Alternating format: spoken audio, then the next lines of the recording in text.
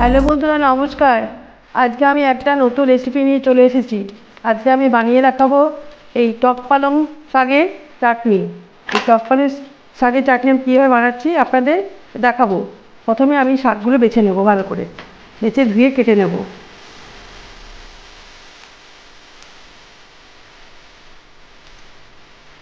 এভাবে টুকরো টুকরো করে নিচ্ছি, তারপর জলে ভালো করে ধুয়ে কেটে নেব ছোটো ছোটো করে।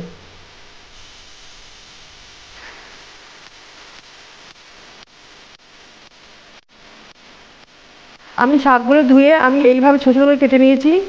গ্যাসে আমি কড়াই চাপিয়ে দিয়েছি, কড়াইটা গরম হয়েছে। আমি এখন সর্ষের তেল দিয়ে দেবো এর মধ্যে। এই রান্নাটা আপনারা সর্ষের তেল দিয়েই করবেন, সর্ষের তেল দিয়ে ভালো লাগবে।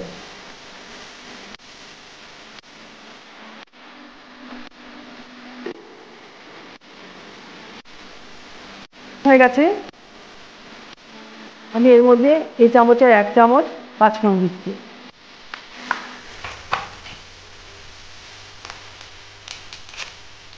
আর একটা তেজপাতা দিচ্ছি। দুটো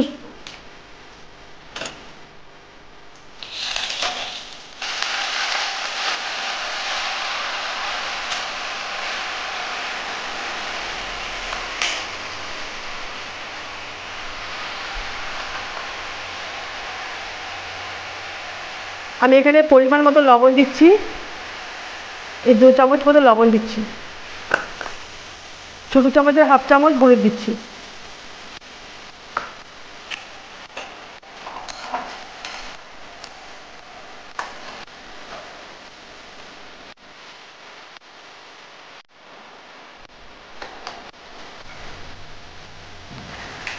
এই এই টক পালংটা রান্না করতে খুব বেশি জল লাগে না, এই জলেই সেদ্ধ হয়ে যাবে।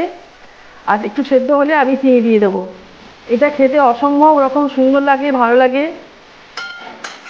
আপনারা বাড়িতে বানিয়ে বানিয়ে খাবেন। এখন আমি এর মধ্যে চিনি দিয়ে দেবো। চিনিটা আপনারা যেমন মিষ্টি খান সেরকম পরিমাণে দেবেন।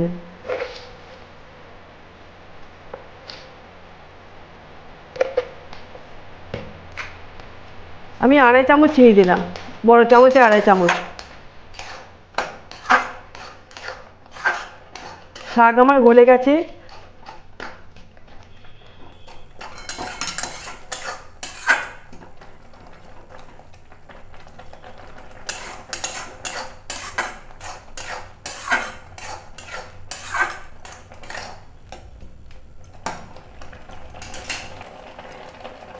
আমি এর মধ্যে এই হাফ চামচ ভাজা মশলা দিচ্ছি।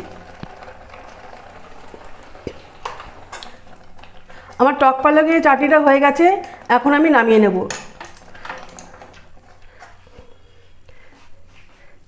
এই বাটিতে আমি সার্ভ করে নিচ্ছি।